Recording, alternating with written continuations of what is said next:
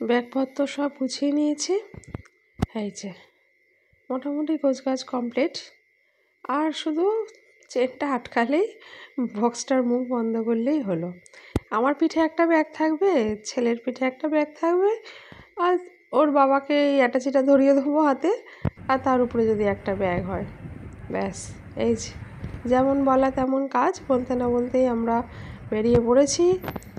এবারে হ্যাঁ, আপনারা তো ভাবছেন জয়িতা কী ব্যাপার, এত গোছ গাছ দেখাচ্ছে, এই বলতে না বলতে বেরিয়েও গেল, তাই গেলোটা কোথায়, কী ব্যাপার, হঠাৎ করে আবার এইসব কী হচ্ছে, কোনো বলা নেই কওয়া নেই, বললেই অমনি হয়ে গেল। তো যাই হোক, যাচ্ছি যে পুরীতে। তো অনেক দিন থেকে ইচ্ছে ছিল পুজোর সময় একটু ঘুরতে যাব। এবার কোথায় যাব কোথায় যাব, বাজেটটাও তো ভাবতে হবে, তাই না? তো একটু কম বাজেটের মধ্যে, আর আশেপাশে মোটামুটি টুকটাক আমাদের ঘোরা হয়ে গেছে। পুরী অনেক বছর যাওয়া হয় না, প্রায় 9 বছর পর পুরীতে আবার গেলাম। তো এই যে হাওড়ার ব্রিজে চলে এসেছি। হাওড়া থেকেই আমাদের ট্রেন রয়েছে, এটা ভোর সকাল, একদম ভোরবেলা। এই যে দুধারে গঙ্গা রয়েছে। তো এই গঙ্গা দেখতে দেখতেই আমরা গাড়ি করে চললাম, আর আস্তে আস্তে অবশেষে চলেও এলাম ট্রেনে। তো ট্রেনে বসে আমাদের সামনে যে ফ্যামিলি ছিল খুব ভালো ছিল, এদের সাথে আমাদের ভীষণ কথোপকথন হচ্ছিল, আলোচনা কথাবার্তা হচ্ছিল, ওরাও পুরী যাচ্ছিলো অনেক দিন পর। তো যাই হোক, তোমাদের শুভ সকাল জানাই সবাইকে।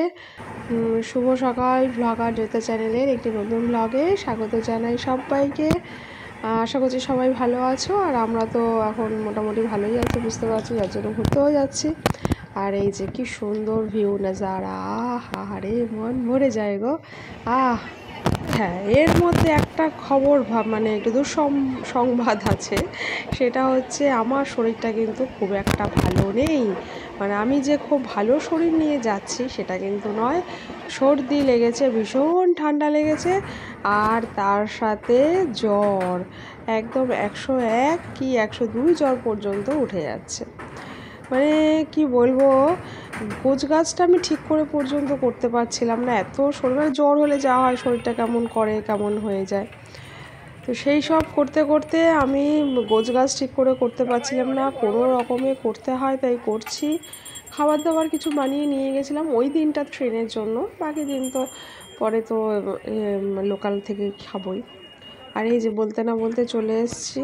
আর আমরা যেহেতু সন্ধ্যাবেলা বিকেল সন্ধ্যের দিকে এসে পৌঁছেছিলাম, তাই রাতের ভিউটা দেখালাম কেমন লাগে। রাতের সমুদ্র, রাতের সি বিচ, চারিদিকে দোকানপাট, আর মাছের যা গন্ধ, ওরে বাবা রে বাবা, ওই মাছের গন্ধে যেন বমি উঠে আসছে। যেহেতু জ্বরটা হয়েছে, কিছুতেই কিছু ভালো লাগছে না ওই মাছের গন্ধে।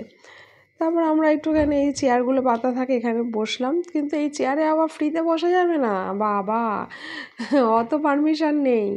যেই বসেছি একজন কপাত করে এসে বলছে, বসেছ দিদি, পয়সা লাগবে। আমি মনে মনে ভাবছি, জানি বাবা, অতই কি সহজ। তো যাই হোক, বসে টসে এবারে রাতে তাড়াতাড়ি করে গিয়ে শুয়ে পড়েছি, আর শরীর দিচ্ছিল না সারাদিনের জার্নিতে, এমনি শরীর খারাপ। সকালবেলা সি বিচে আসতে পারিনি, ওই দিনটা একটু মেঘলা মেঘলা ছিল। একটু বেলা হয়েছে যখন, তখন ওয়েদারটা ঠিক হলো, তারপরে তো এই স্নানে চলে এলাম, স্নান করতে। তো টিফিনটা খেয়ে তারপরে আমরা স্নান করতে এসেছিলাম। তো টিফিন খেয়ে মুখে মৌরি চিবোচ্ছিলাম, হোটেলগুলোতে থাকে না মৌরি। আর এই যে ওরা চান করছে, হাত থেকে দেখাচ্ছি, এত লোকের মধ্যে তো দেখা যায় না ভিড়ের মধ্যে। তো স্নান ওরা করছিল। তবে হ্যাঁ, একটা কথা বলতেই হবে, ভ্রমণে অলৌকিক ঘটনা ঘটল। কারণটা কি বলছি, আপনারা ভাববেন তো এইসব আবার কী পাগলের প্রলাপ বকছে, কী বলছে। তো সেটা হচ্ছে, অত জ্বর নিয়ে গেলাম, অত শরীর খারাপ নিয়ে গেলাম। আগের দিনের সি বিচে যখন সন্ধ্যাবেলা আমরা বসেছিলাম, ওই ভিডিওগুলো দেখলে বুঝতেই পারবেন চোখে মুখে যে জ্বর। ট্রেনে বসে আছি, সেখানেও একটা চোখ ছলছল জ্বরের একটা ভাব। কিন্তু এইখানের ভিডিওটা দেখুন, একদম প্রাণোচ্ছল। এখানে কিন্তু সব জ্বর ঠর সব কিছু উধাও হয়ে গেছে, কিচ্ছু নেই। একটা ঘুম দিয়েছি ওখানে গিয়ে রাতের বেলা, পরের দিন সকালবেলা উঠে একদম শরীরটা ফ্রেশ ঝরঝরে হয়ে গেছে। জ্বরের কোনো নেই, হ্যাঁ সর্দিটা একটু ছিল, সর্দিটা একটু ছিল, কিন্তু সেই যে জ্বরের শরীর খারাপ, সেই যে একটা মানে কি বলবো, জ্বর হলে যা হয় কোনো কিচ্ছু নেই। আগের দিন যেন আমার হাত পা ভেঙে চুরে আসছে, গায়ে মানে শক্তি নেই, দুর্বল লাগছে, কিন্তু পরের দিন আমি টোটালি চেঞ্জ, মনেই হবে না যে আমি জ্বর থেকে উঠেছি। মানে এটা ভগবানের আশীর্বাদই ধরে নিচ্ছি আমি। হ্যাঁ, অলৌকিক ঘটনা, মানে ওনার আশীর্বাদ ছাড়া আর আমার কাছে তো এর চেয়ে আর ভালো কিছু উত্তর নেই, জবাব নেই, আর কিছু ভালো আর ভাবতেও পারছি না। আর কি কার কাছে কিছু ভাববো, কিছু ভাবার নেই। তো ওনার আশীর্বাদ ছাড়া এটা সম্ভব নয়।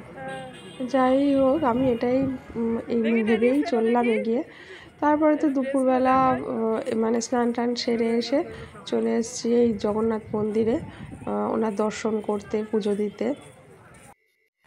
তো এই বৃষ্টির তো কোনো ঠিক ঠিকানা নেই, কখনো ঝিরিঝিরি পড়ছে, আবার কখনো রোদ, আর এই হালকা হালকা বৃষ্টিগুলো মাথায় লেগেই শরীরটা খারাপ হয়ে যাচ্ছে। তো এইসব তো যাই হোক, সব কিছু করে ঠোরে তারপরে আমরা বিকেলের বেলা সন্ধ্যের দিকে একটু সি বিচে এলাম, টুকটাক কিছু কেনাকাটি যদি কিছু থাকে এই যে এই সমস্তগুলো একটু কেনাকাটি করছিলাম।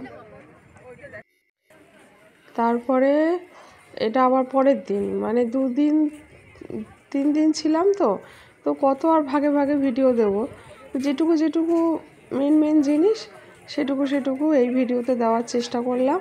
আবার নেক্সট ভিডিওতে কিছুটা দেব, তারপরে ফিরে আসার ভিডিও যা আছে সেগুলো দেব। তো এইটা হচ্ছে পরের দিন ওই কোণারক মন্দির, তারপরে উদয়গিরি, খণ্ডগিরি, তারপরে হচ্ছে ওই ওই নন্দনকানন, এই সমস্ত বিভিন্ন যে সাইট সিনগুলো আছে সেইগুলো আমরা পরের দিন গিয়েছিলাম। একদিনের পুরো বাস ভাড়া করে পরের দিন আমরা সেই ট্যুরটাতে গিয়েছিলাম। তো সেখান থেকে কিছু ছোট কিছু ক্লিপিং আপনাদের সাথে শেয়ার করলাম। আপনারা সবাই জানেন, সবাই আপনারা গেছেন, দেখেছেন।